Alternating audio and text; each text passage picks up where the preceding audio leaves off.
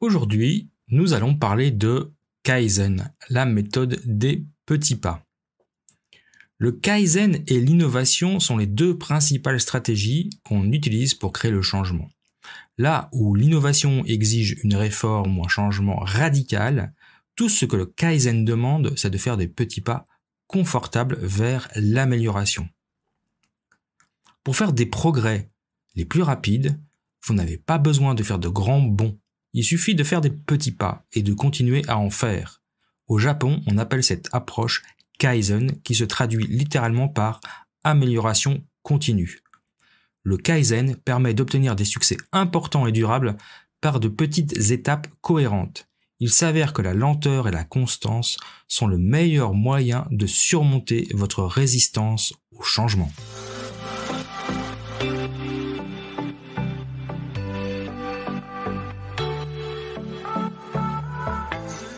Bienvenue dans le podcast des leaders holistiques. Je suis Christophe, votre expert en leadership, excellence opérationnelle et lean management depuis plus de 25 ans. Ce podcast est pour vous si vous êtes attiré par le leadership, le développement personnel et la spiritualité. Si vous avez besoin de mieux équilibrer votre vie privée et votre vie professionnelle. Si vous avez d'importantes responsabilités professionnelles et que parfois cela affecte votre vie privée ou inversement. Si vous voulez devenir un leader serviteur, bienveillant, humaniste, éthique et intuitif, si vous voulez développer un leadership avec une approche globale, intégrale, holistique, basée sur votre corps, votre cœur et votre esprit, pour le bien de vos proches et de la communauté, alors vous êtes au bon endroit.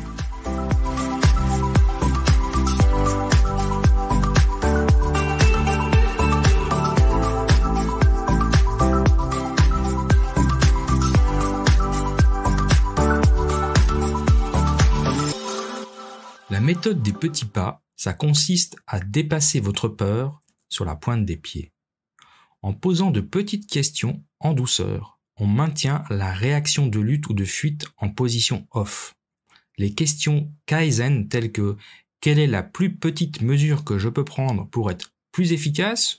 ou alors « Que puis-je faire en 5 minutes par jour pour réduire ma dette de carte de crédit ?» ou « Comment pourrais-je trouver une source d'information sur les cours pour adultes dans ma ville ?» nous permettent de contourner nos peurs. Elles permettent au cerveau de se concentrer sur la résolution de problèmes et finalement sur l'action. Posez une question assez souvent et vous verrez que votre cerveau emmagasine les questions, les retourne et finit par générer des réponses intéressantes et utiles. Quelle est donc la question, à votre avis, qui va vous stresser le plus ? Comment vais-je pouvoir rembourser ma dette de carte de crédit ? Ou que puis-je faire en 5 minutes par jour pour réduire ma dette de carte de crédit ? C'est pas compliqué. Les grandes questions suscitent des grandes réactions de peur. Les petites questions maintiennent la réaction de lutte ou de fuite en position off et nous aident à trouver comment agir de manière constructive. Quelles grandes questions vous posez-vous ces jours-ci ? Comment pouvez-vous échanger ça contre une petite question ? C'est vraiment important, prenez une seconde pour faire cet exercice.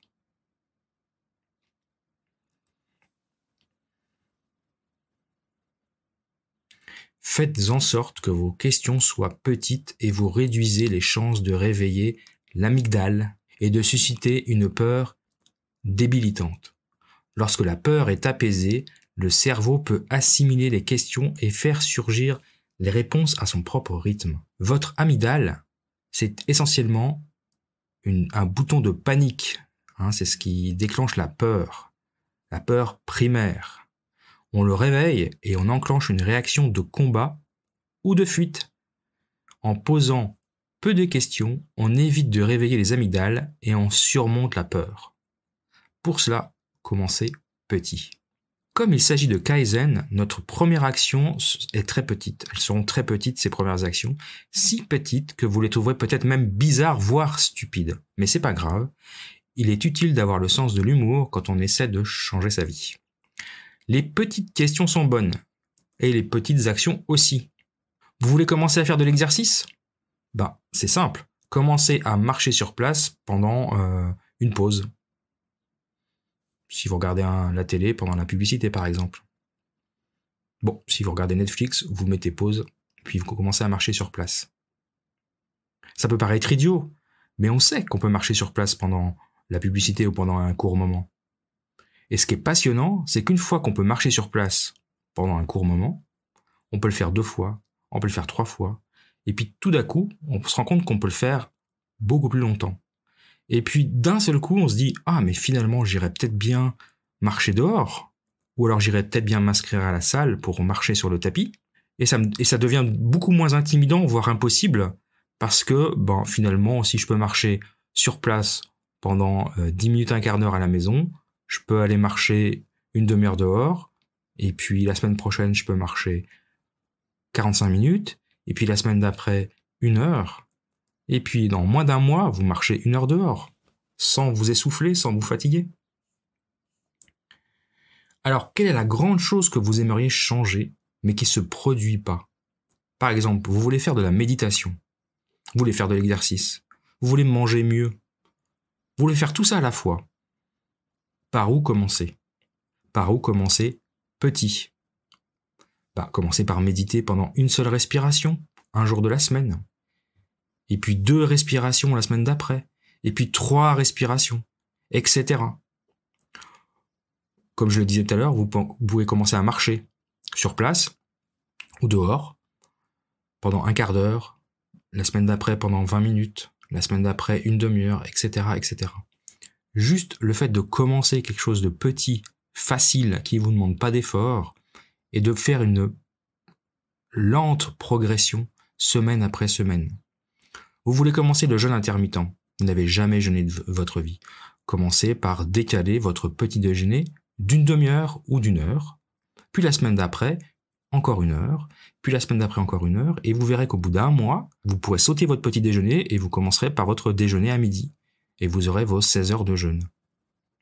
C'est quand même pas si compliqué finalement quand on y pense. Mais si on veut tout faire d'un coup, on n'y arrive pas parce qu'on est bloqué. Alors, quel petit pas pouvez-vous faire? Si vous essayez d'atteindre un objectif spécifique, demandez-vous chaque jour, quel est le petit pas que je pourrais faire pour atteindre mon objectif? Qu'est-ce qu'on se pose comme question à haute voix ou dans votre pensée? Adoptez bien un ton bienveillant avec vous-même, ne vous moquez pas de vous, prenez une simple décision, comme si vous parliez à votre ami, avec bienveillance. Donc, soyez gentil avec vous-même. Je vous rappelle qu'adopter le même ton avec vous-même que celui que vous utilisez avec un ami, c'est important, ça montre que vous êtes votre propre ami.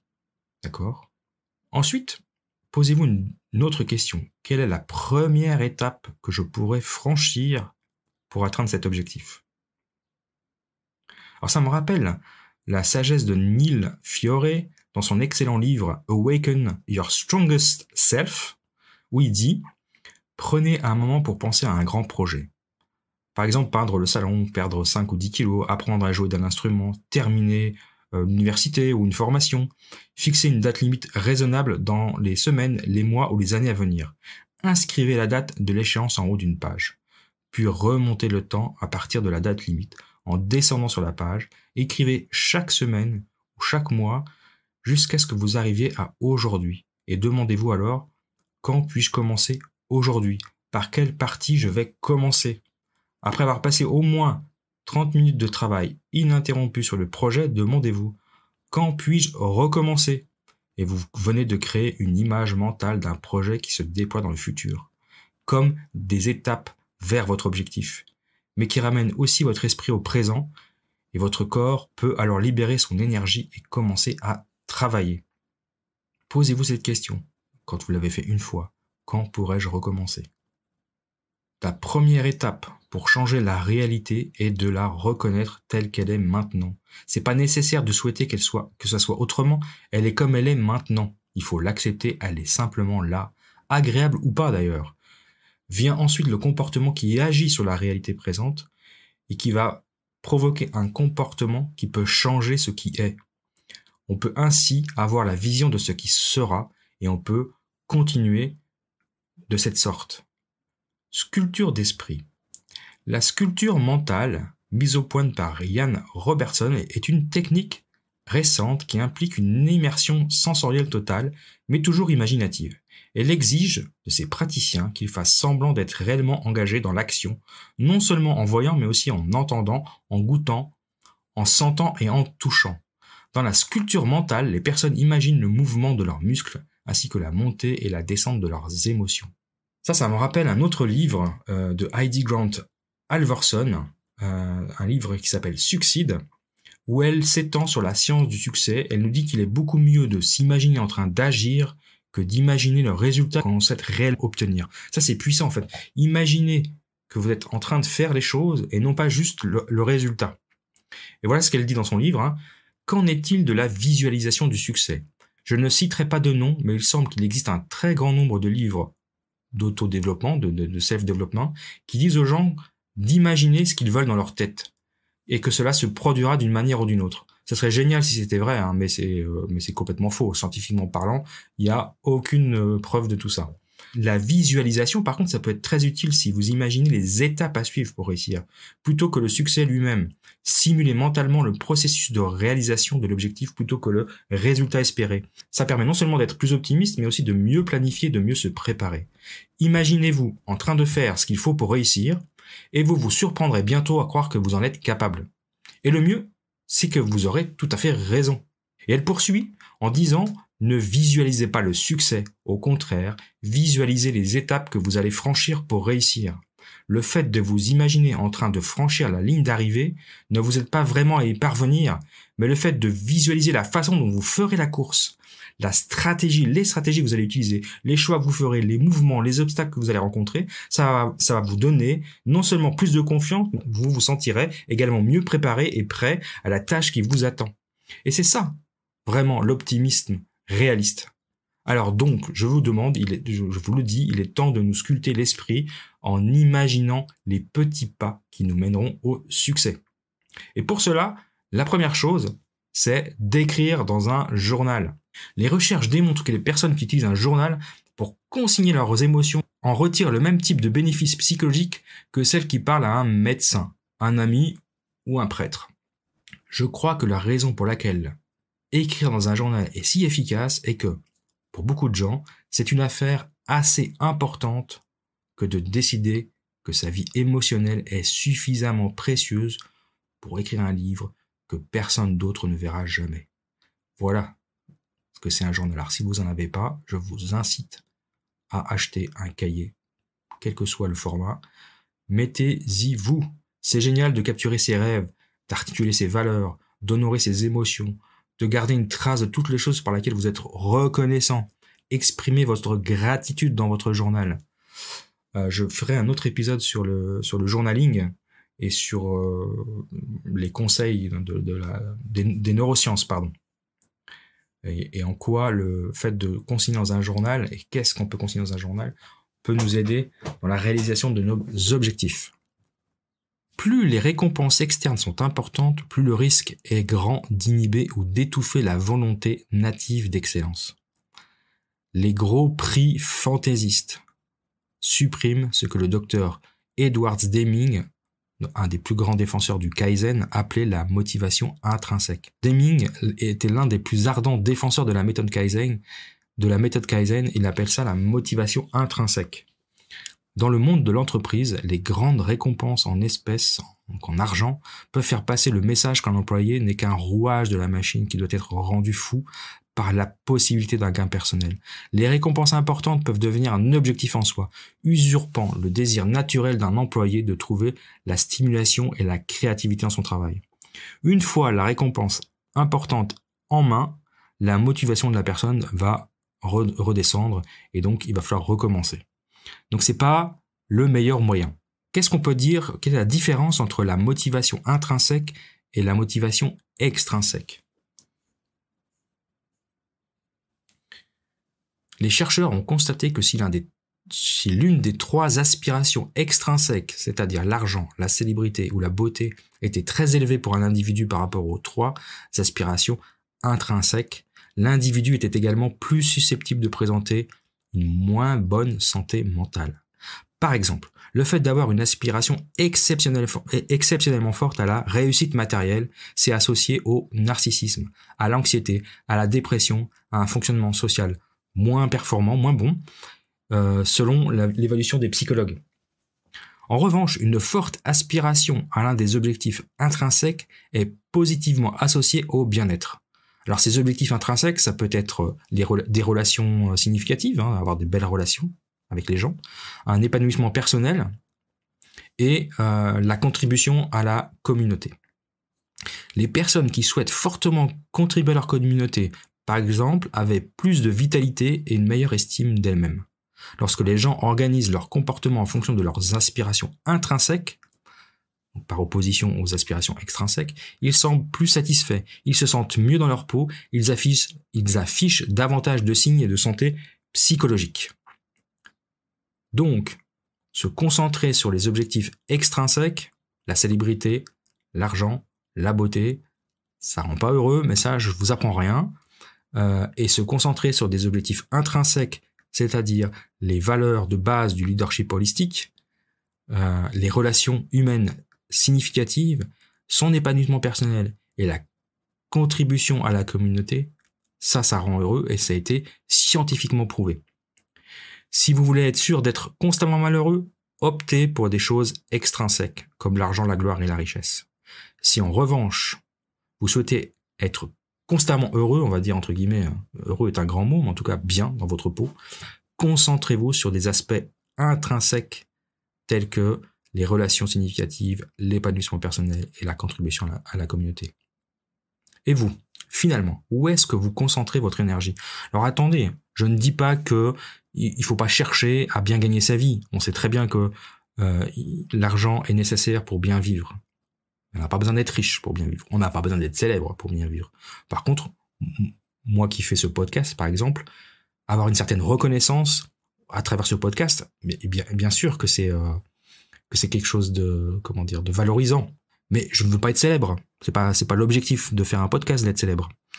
Moi, je fais pour transmettre mon message parce que je veux transmettre ces valeurs intrinsèques, les objectifs intrinsèques et pas ces objectifs extrinsèques. Donc demandez-vous, que faites-vous?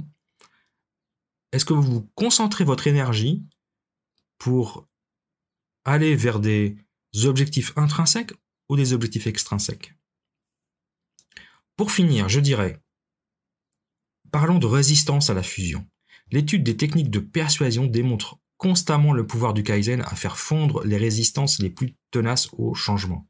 Dans le cadre d'une étude plutôt drôle, on va dire, plutôt humoristique, des volontaires ont demandé aux propriétaires d'un quartier sud de la Californie s'ils accepteraient d'afficher un petit panneau qui indiquerait « Soyez un conducteur prudent » sur l'une de leurs fenêtres. La plupart d'entre eux ont accepté. Les propriétaires d'un autre quartier choisi, parce qu'il a une certaine ressemblance avec le premier, n'ont pas été invités à afficher ce panneau. 2 semaines plus tard, on a demandé aux propriétaires des 2 quartiers s'ils acceptaient qu'un panneau d'affichage portant le même message soit installé sur leur pelouse. Des photos leur ont été montrées, montrant clairement que leur maison serait cachée, éclipsée par le panneau d'affichage, pour rendre la demande un peu moins attrayante, on va dire. Sachant que le panneau était était trop grand par rapport aux besoins.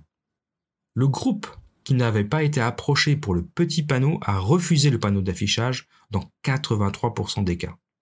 Le groupe qui avait fait le petit pas dans le premier quartier, donc qui avait accepté le premier petit panneau, a accepté le gros panneau d'affichage dans 76% des cas. Le petit pas a rendu le plus grand pas 4 fois plus probable. Alors, vous allez me dire, ouais, ça ressemble un peu à de la manipulation. Non, on n'est pas dans le cadre de la manipulation. On est juste en train de préparer un gros objectif, quelque chose d'important, un grand changement, par des petits changements. Et l'idée, c'est qu'en amenant lentement des petits changements qui sont dans la lignée d'un grand changement, le grand changement aura beaucoup plus de chances de se réaliser 3 à 4 fois plus. Donc pour récapituler, les 2 groupes de propriétaires similaires, on demande à un groupe de mettre un petit panneau à la fenêtre, l'autre pas, ça c'était le petit pas, et puis deuxième partie, on demande aux 2 groupes d'installer un grand panneau, affreux panneau, sur leur pelouse. Donc le groupe à qui on n'avait pas demandé d'avoir le petit panneau, ils ont refusé, 80% des cas, ce qui est tout à fait logique. Puis le groupe qui avait déjà accepté d'afficher le petit panneau était lui plus prêt à accepter le plus gros panneau, même si c'était inesthétique sur sa pelouse. 4 fois plus de personnes étaient OK. Pourquoi tout ça? Parce qu'ils avaient fait un petit pas. Voilà, je vous remercie de m'avoir écouté aujourd'hui. Je vous rappelle que si typiquement le message du jour autour du Kaizen, des petits pas et des objectifs extrinsèques et intrinsèques vous parle, je me propose de vous coacher, de vous accompagner dans soit une transformation lean dans votre entreprise, soit plus un accompagnement en tant que leader dans l'entrepreneuriat, dans votre entreprise ou même dans votre vie personnelle ou dans une association. Si vous êtes intéressé et si mon message vous parle, vous pouvez me contacter à cette adresse email leleanmanufacturing@gmail.com, donc en attaché, leleanmanufacturing@gmail.com. Contactez-moi, on prend un petit moment pour discuter, je vous propose un petit diagnostic gratuit d'1 heure et puis après on discute si on veut travailler ensemble ou pas. Voilà, c'est tout pour aujourd'hui, je vous remercie beaucoup et je vous souhaite une belle journée. Au revoir.